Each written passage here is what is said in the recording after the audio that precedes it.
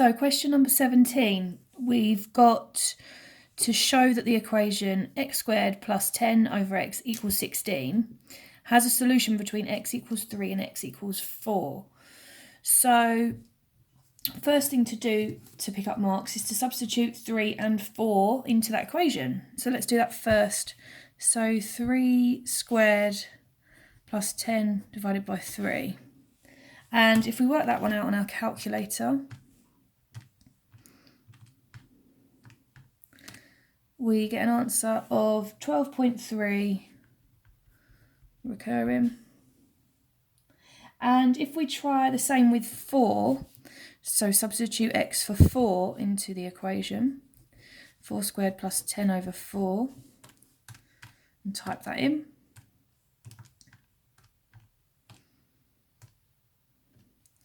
We get an answer of 18.5.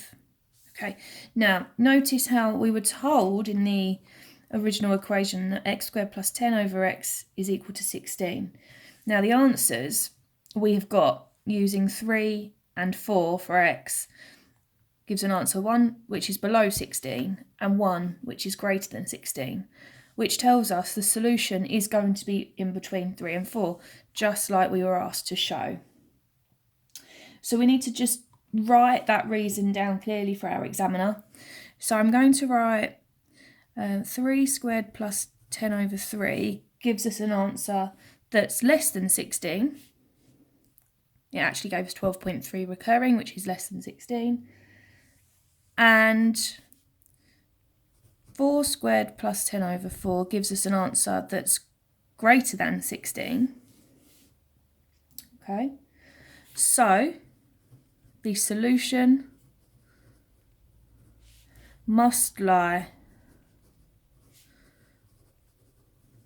between 3 and 4, and that one is done for 2 marks.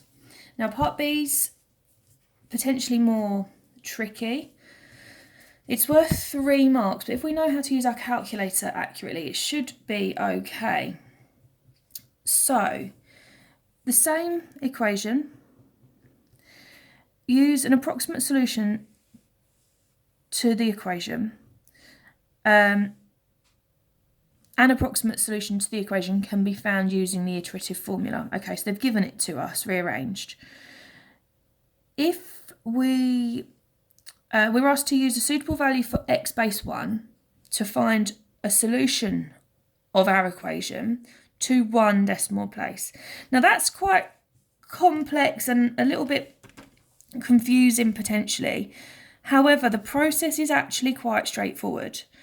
Now, it doesn't ask us what to use as x base 1, but because we know from the previous question that the solution is between 3 and 4, I'm going to use x base 1 as 3. So let's just make a note of that from before. So I'm going to use my first x value as 3 based on the previous question, because we know it's between 3 and 4. So what I'm going to do is I'm going to get that on my calculator. So I've just pressed 3 equals, and what that does is it stores the 3 as my most recent answer in my calculator. So when I type in my calculator this equation here, but using our 3 instead of our x base n, if we do our cube root of 16 times, now I could put 3, but to use my calculator more efficiently, I'm going to use the answer button instead, because I already saved 3 as my previous answer, and that will help me with the next step. Take away 10.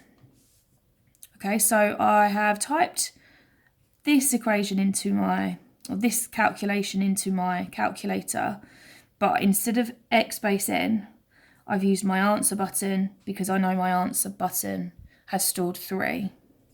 And if I press equals, I generate an answer of 3.361975,407.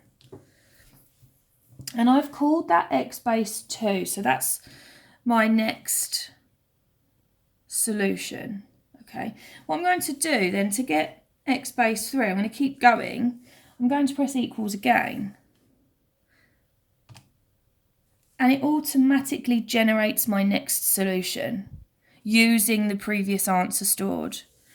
So my next answer is 3.524766016. Okay.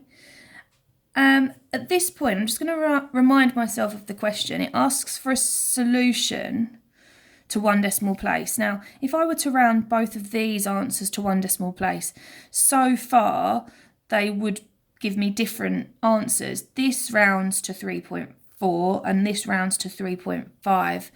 So at the moment I am not yet done. If we go again, so I'm going to press equals again, and it automatically generates my next solution. So I've now got 3.593306,912. If I check then, do these round to 1 decimal place to give the same solution? So we've got 3.5 and 3.6 they would round to, so no, we have to go again. Press equals once more. 3.621398038. So check again, 3.6 this would round to, and so would this. So now I'm in a position where I've got 2 solutions. My most recent 2 solutions, when rounded to 1 decimal place, give me the same thing. So that is what I'm going to use as my answer. So both round to 3.6, and that is the final answer.